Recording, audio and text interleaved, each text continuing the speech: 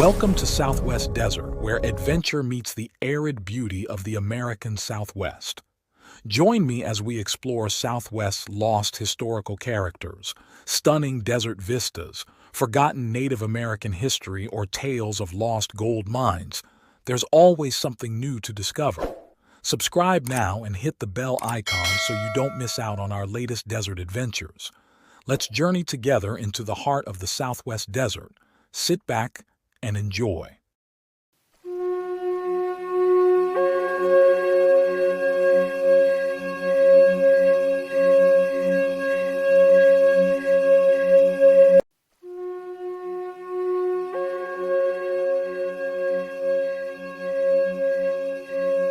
Welcome to Southwest Desert, where we explore the forgotten stories of the American Southwest.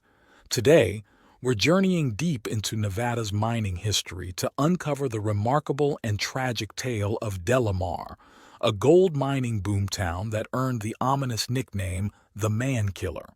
This is a story of ambition, prosperity, and the terrible price paid in the pursuit of golden dreams.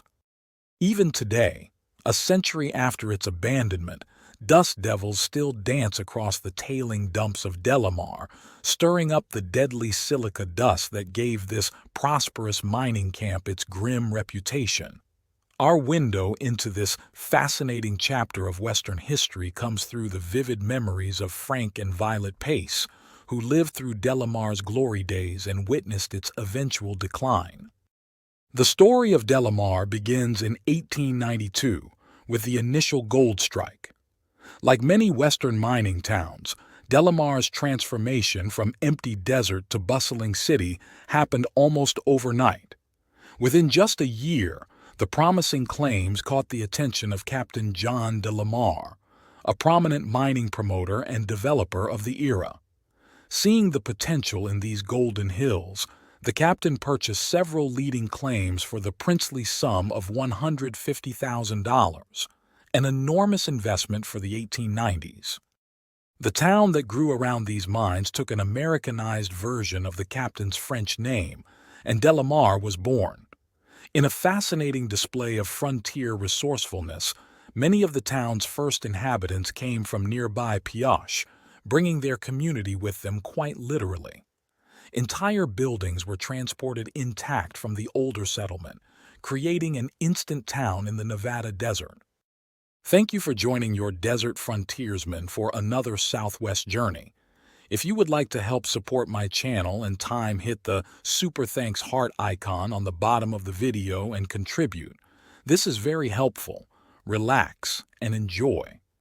In 1895, Captain Delamar made what seemed like a significant technological advancement, installing a barrel chlorination plant. At its heart were 13 Griffin mills, impressive machinery designed to crush and process the ore. But this modern marvel would prove to be a double-edged sword, unleashing a silent killer that would haunt the town for generations. The dry crushing process released clouds of Cambrian quartzite dust, a substance containing more than 80% silica. The air became so thick with this invisible menace that even those who never set foot in the mines or mills weren't safe from its deadly effects. Frank Pace, who witnessed the human toll firsthand, described the horror with stark clarity. Most of the work was done by farm boys who came over from the Mormon settlements in southwestern Utah. These young men had never even heard of silicosis, but after just 3 or 4 months in the mines and mill at Delamar, they would start coughing. Some died within weeks, while others lingered for years, too sick to work, too stubborn to die. The tragedy of Delamar's dust wasn't confined to the miners. Women and children, who never ventured near the mines or mills, occasionally contracted silicosis just from breathing the town's air. The dust was so pervasive that even the horses weren't spared, eventually succumbing to the same respiratory ailments that plagued their human masters. It wasn't until 1900 that some measure of relief arrived when Simon Bamberger of Salt Lake City purchased the Delamar property. Recognizing the deadly toll of the dry processing method, Bamberger implemented two significant changes. First, he piped water from Meadow Valley across the range. Then, he transformed the milling process, switching from the deadly chlorination method to a new cyanide process. While this wet milling technique reduced the dust somewhat, Frank Pace's assessment was still grim. It was still terrible. But Delamar wasn't defined solely by tragedy. Through Vilate Pace's memories, we see a vibrant, thriving community determined to build a life worth living in the shadow of the mines. Vilate arrived as a young schoolgirl from Panica, a small Mormon town about 40 miles away. She was one of 14 children, and after losing both parents in their early 40s, the younger children had to fend for themselves. The promise of work drew them to Delamar, where miners could earn an almost unbelievable $3 a day. For Violet, leaving her small hometown for the booming mining camp was an adventure beyond her wildest dreams. Her first glimpse of Delamar left an impression that would last a lifetime. It was long after dark when we caught our first sight of town. All this flat was covered with homes and shops, and the whole place was ablaze with bright lights. I thought I had never seen anything so beautiful or wonderful in my whole life. And then, when I saw the fine big stores all filled with gorgeous dresses and hats and hair ribbons and jewelry, I simply had to pinch myself to make sure I wasn't dreaming. At its peak, Delamar was the largest city in southern Nevada, boasting a rich cultural life that rivaled any frontier town. The crown jewel was Max Schaefer's Grand Opera House, a magnificent $10,000 structure considered the finest theater in southern Nevada. The Atkins Orchestra played for dances almost every week. The town band gave free concerts, and traveling show companies regularly performed at the Opera House. The only significant hardship of daily life was the constant struggle for water.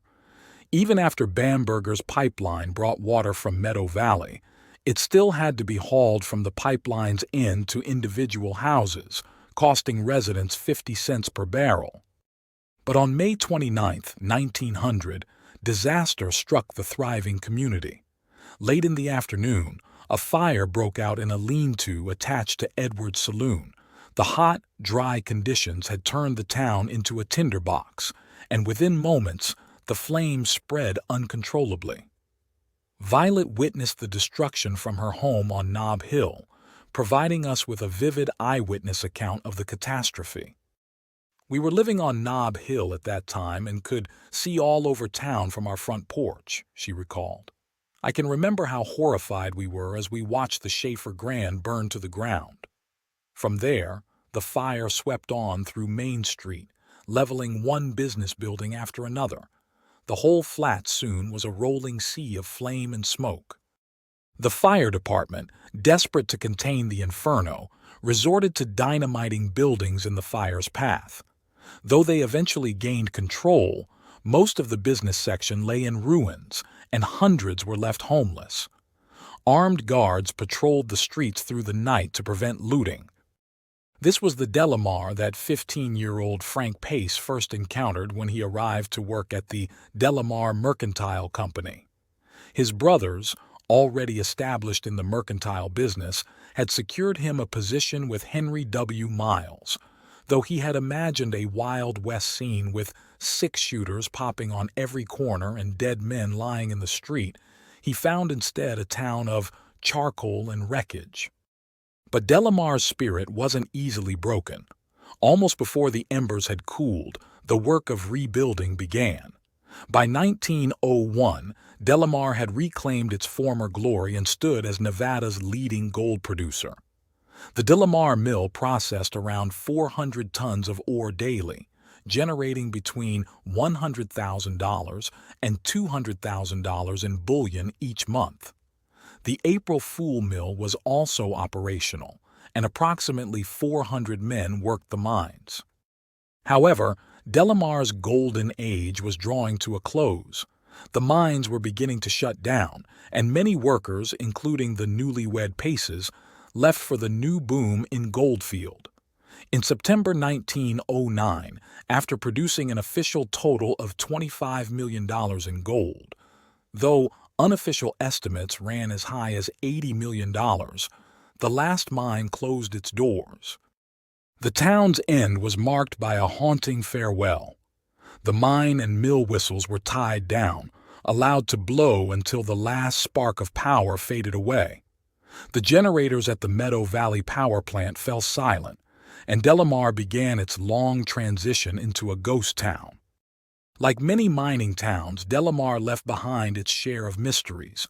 Tales persist of buried treasure, specifically, about $70,000 worth of company bullion allegedly hidden by a mine official and an assayer who had been skimming from the company's production. Frank Pace shared that countless treasure hunters had searched the area with doodlebugs and metal detectors and every contrivance under the sun, but the bullion remained lost. One old-timer claimed to know the exact location and repeatedly came close to revealing it to Frank, but took the secret to his grave. Frank himself admitted to having a sneaking idea about the treasure's location, hinting at future prospecting plans with a knowing wink to Vilate. After their adventures in other mining camps, including Goldfield and Tonopah, and a brief stint in California where their only son was born, Frank and Vilate found their hearts drawn back to Nevada's highland desert. In 1913, they settled in the big house at Caliente, where they remained for 45 years, keeping the memories of Delamar's glory days alive. Today, dust devils still dance across Delamar's tailings, and the foundations of once grand homes still scatter Nob Hill. Where Schaefer's Grand Opera House once stood, where the Atkins Orchestra played, and where thousands once sought their fortunes, only silence remains. The town stands as a powerful reminder of the boom and bust cycle of the American West, where fortunes were made and lives were lost in equal measure. Delamar's story, preserved through the memories of Frank and Vilate Pace, serves as a testament to the incredible resilience of those who built the American West and the heavy price many paid for the promise of gold. This has been Southwest Desert. Join us next time as we explore another forgotten chapter of Western history. Happy trails!